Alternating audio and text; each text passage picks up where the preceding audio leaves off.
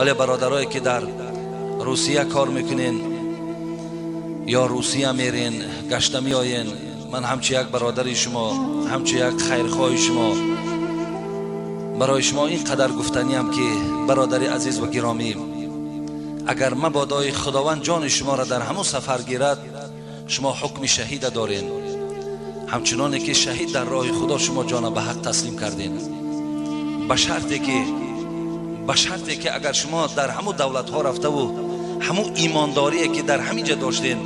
همون خداپرستی که در همینجا داشتین، شما همین را در همونجا دوام تین. یکی یکی رفته شما همون زنهای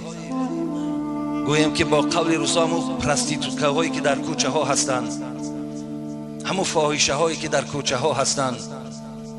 بعضی هاتان به خاطر که صاحب خانه شوید، بعضی هاتان به خاطر که تسکین شهوت شود، بعضی ها گویم که نمیدانم شاید که وسواس های شیطانی شما در بیشتر غلبه میکند، درو دستی به زنا میزنین، درو همونجا شما ارکگالیک میشوین.